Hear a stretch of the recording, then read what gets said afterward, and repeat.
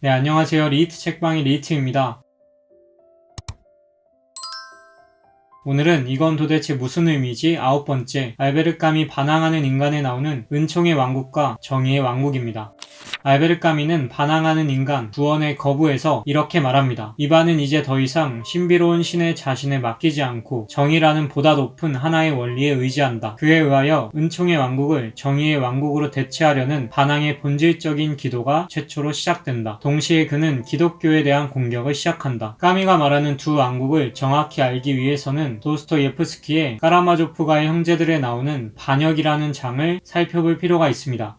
어떤 마을에 은퇴한 돈 많은 장군이 있었고 그에게는 수백 마리의 개가 있었습니다. 그리고 그 개를 기르기 위한 하인은 100명 가까이 있었죠. 그러던 어느 날 8살 먹은 농부의 아들이 돌을 던지며 놀다가 잘못되어서 장군이 애지중지하는 사냥개의 다리를 다치게 합니다. 장군은 다리를 저는 개를 보며 자초지종을 물었고 자신의 개를 다치게 한 그 아이를 어머니 손에서 빼앗아다가 하룻밤을 가둬두었죠. 그리고 다음날 모든 개와 하인들을 불러낸 장군은 아이를 끌어다가 옷을 벗기고 그 모인 사람들 가운데 세워두었습니다. 그 맨 앞줄에는 그 아이의 어머니가 서 있었죠. 그때 장군은 저놈을 쫓아라 라고 소리쳤고 그 명령을 들은 몰입꾼들이 그 아이에게 뛰어 라고 말하자 아이는 무서워 도망치기 시작합니다. 그때 장군이 저놈을 잡아라 라고 소리치면서 사냥개들을 한꺼번에 풀어놓았죠. 그렇게 어머니가 보는 앞에서 개들이 아이를 쫓아가서는 순식간에 갈기갈기 찢어버립니다. 그러나 만약 이 장군이 회심해서 신을 믿게 된다면 어떻게 될까요? 네, 분명 신은 아이를 잔인하게 죽인 장군을 용서할 겁니다. 이반은 알류샤에게 이렇게 말하죠. 그때 하늘과 모든 것이 하나가 되어 찬송가를 부르고 살아있는 모든 것이 주여 당신의 말씀은 옳았나이다. 이는 당신의 길이 열렸기 때문입니다. 라고 부르짖는 거야. 그리고 그 어머니가 자기 아들을 개한테 물려 죽게 만든 폭군과 얼싸안고 셋이 다같이 눈물을 흘리며 소리를 합하여 주여 당신의 말씀은 옳았나이다 라고 외칠 때 그때야말로 인식의 승리가 도래하여 모든 것이 명백하게 해명될 것이 틀림없어. 이것이 도스토예프스키가 이반의 입을 통해 말하고 있는 은총의 왕국입니다. 이건 헤겔의 변증법과 같습니다. 헤겔은 역사를 절대 정신이 변증법적으로 이끌어간다고 생각했죠. 간단히 말해서 역사는 절대 정신이 이끌어가는 것이기에 발생하는 모든 사건은 필연적이라고 생각했습니다. 그렇다면 이 아이의 죽음 역시 필연적이겠죠. 절대 정신이 역사를 끌고 나갈 때 필연적으로 어쩔 수 없이 일어난 일인 겁니다. 그 아이의 죽음은 마지막 날 절대 정신의 종착점인 신의 나라가 도래할 때야 비로소 아이의 죽음의 의미가 드러나고 완성되겠죠. 그래서 이반이 그때야말로 인식의 승리가 도래하여 모든 것이 명백하게 해명될 것이 틀림없어 라고 말했던 겁니다. 마지막 날에는 모든 죽음의 의미가 명백하게 해명되겠죠. 이것은 기독교적 역사관이라고 할 수 있습니다. 세상에서 일어나는 모든 죽음은 신이 도래하는 날 명백하게 해명되겠죠. 그러나 이반은 곧장 알료샤에게 이렇게 말합니다. 그러나 여기서 또 어려운 문제가 있어. 요컨대 나는 그러한 조화를 도저히 받아들일 수가 없다는 거야. 바로 이것이 도스토예프스키가 이반의 입을 통해서 말하는 정의의 왕국입니다. 이 조화, 모든 죽음이 명백하게 해명될 수 있는 즉 마지막 날에 도래하는 신의 나라의 조화를 거부하겠다는 겁니다. 변증법에서 가장 중요한 용어는 아우프해붕이죠. 이는 지향으로 번역되는 용어입니다. 이 용어는 폐기하다와 끌어올리다라는 양가적 의미가 담긴 명사입니다. 마지막 날 아이의 죽음은 폐기되겠죠. 그리고 죽음이 부정된 아이와 아이를 죽인 장군과 그 아이의 어머니는 서로 끌어안고 신의 나라로 올려질 겁니다. 이것이 은총의 왕국을 지배하고 있는 변증법이죠. 아이의 죽음은 부정됩니다. 여기에서 아이의 죽음이 부정됨으로써 긍정으로 변화되죠. 헤겔은 이를 부정의 부정은 긍정이다고 말했습니다. 그러나 도스토예프스키는 이반의 입을 통해서 부정의 부정은 부정이다 라고 말하고 있는 거죠. 이것은 기독교적 역사관과 정면으로 대치됩니다. 그래서 알베르 까미는 동시에 그는 기독교에 대한 공격을 시작한다라고 말했던 거죠. 은총의 왕국은 마지막 날 모든 것이 조화되고 화해되지만 정의의 왕국은 그 마지막 날까지 기다릴 수 없다고 말합니다. 정의의 왕국은 지금 이 순간에 정의가 이루어지기를 바라는 거죠. 은총의 왕국은 장군을 용서했지만 정의의 왕국은 그를 용서할 수 없다는 겁니다. 이반은 알료샤에게 이렇게 말하죠. 그따위 조화는 구린내 나는 변소에 갇혀 조그만 주먹으로 자기 가슴을 두드리며 보상받을 길 없는 눈물을 흘리며 하느님 아버지께 기도를 드린 그 학대받은 어린애의 눈물 한 방울만한 가치도 없기 때문이야. 왜 그만한 가치도 없느냐 하면 그 눈물은 영원히 보상받지 못한 채 버려졌으니까. 그 눈물은 보상받아야만 해. 그렇지 못하면 조하고 뭐고 있을 수 없지. 그러나 무엇을 갖고 그것을 보상할 수 있겠느냐. 있겠니? 도대체 그 보상이 가능한 일일까? 학대자에게 복수를 함으로써? 그러나 그따위 복수가 도대체 무슨 소용이 있겠니? 박해자를 위한 지옥이 무슨 소용이겠니? 이미 죄 없는 어린이가 온갖 학대를 당하고 난 다음에야 지옥 같은 게 무슨 소용이냐 말이다. 그리고 또 지옥이 있는 곳에 조화가 있을 리도 없지. 도스토옙스키는 이반을 통해 죽음의 절대적 부정성을 말합니다. 이 아이의 죽음이라는 건 결코 신의 나라를 통해 긍정적인 것으로 변화될 수 없다고 말하는 거죠. 아이의 어머니조차 그 장군을 용서할 권리가 없습니다. 그 아이는 이미 고통받았으며 이미 죽었기 때문이죠. 이미 벌어진 고통과 죽음을 어떻게 용서하거나 용서받을 수 있을까요? 그렇기에 이반은 어머니가 장군을 용서할 수 있는 건 아이의 죽음과 아이의 고통에 대해서가 아니라 아이의 어머니로서 끝없이 괴로워한 것에 대해서만 용서해 줄 수 있다고 말합니다. 나도 용서하고 싶고 포옹하고 싶다. 더 이상 인간이 괴로워하는 건 절대적으로 사양하니까 말이야. 만약 어린애들의 고뇌가 진리의 대가로 치러야 할 고뇌의 총량을 채우는 데 필요하다고 한다면 미리 단언해두지만 모든 진리를 통틀어도 그만한 대가를 치를 가치가 없다고 말하겠어. 그런 대가를 치러야 한다면 나는 아이를 개에게 물어뜯기게 해서 죽인 폭군을 그 아이의 어머니가 포옹하는 걸 반대할 거야. 어머니가 그 폭군을 용서할 수 있을 리가 없어. 굳이 용서하고 싶다면 자기 목만 용서하면 되고 아이의 어머니로서 끝없이 괴로워한 것에 대해서만 용서해 주란 말이야. 그러나 설령 어머니라 해도 갈기갈기 찢어진 그 아이의 고통을 용서해 줄 권리까지는 없어. 설사 그 애가 스스로 용서해 준다 해도 어머니는 결코 그 폭군을 용서해 줄 수는 없는 거야. 여기서 정의의 왕국에 서 있는 이반의 입에서 가장 무서운 말이 울려 퍼집니다. 전율을 일으킬 만한 무서운 울림이죠. 그것은 만약 신의 조화가 있더라도, 만약 그 조화가 옳더라도 자신은 그것을 거부하겠다는 외침입니다. 만약 아이의 죽음과 고통을 정당화하는 것이 천국에 들어가는 데 필요한 입장권이라고 한다면 이반은 그 입장권을 신에게 돌려주겠다고 말하죠. 만약 그렇다고 한다면, 만약 아무도 용서할 수 없다면 그야말로 조하고 뭐고 없지. 과연 이 세상에 타인을 용서할 권리를 가진 존재가 있는 것일까? 나는 조화 따위는 원하지 않아. 인류를 사랑하기 때문에 필요하지 않은 거야. 차라리 복수할 길 없는 고뇌와 풀 수 없는 고뇌 속에 남아있기를 바라지. 비록 내 생각이 틀렸다 하더라도 복수할 길 없는 고뇌와 풀 수 없는 분노를 품고 있는 편이 훨씬 나아. 더욱이 그러한 조화의 대가는 너무나 비싸서 나 같은 놈의 호주머니 사정으로 그처럼 비싼 입장료를 지불할 수가 없어. 난 그래서 내 입장권을 빨리 돌려주려는 거야. 만일 내가 정직한 인간이라면 한시바삐 그 입장권을 돌려보낼 의무가 있어. 그래서 난 적어도 그것을 실천에 옮기고 있는 중이지. 알류샤. 그렇다고 신을 인정하지 않는다는 건 아니야. 다만 신에게 그 조화의 입장권을 삼가 정중히 돌려주는 것 뿐이지. 그의 동생 알류샤는 이반에게 이렇게 말합니다. 그건 반역이에요. 네, 여기에 은총의 왕국과 정의의 왕국의 싸움이 있습니다. 이반은 은총의 법칙, 즉 사랑의 법칙을 인정하지 않죠. 그는 오히려 정의의 왕국을 내세워 은총의 신을 신문하고 있는 겁니다. 알베르 까미는 반항하는 인간에서 이렇게 말하죠. 그는 설령 진리가 존재한다 해도 그 진리는 받아들일 수 없는 것이라고 말한다. 왜? 왜냐하면 그 진리란 부당한 것이기 때문이다. 진리에 대한 정의의 투쟁은 바로 여기서 처음 시작된다. 이 투쟁은 이제 끝이 없을 것이다. 고독한. 그러므로 모럴리스트인 이반은 일종의 형이상학적 돈키호테가 되는 것으로 만족할 것이다.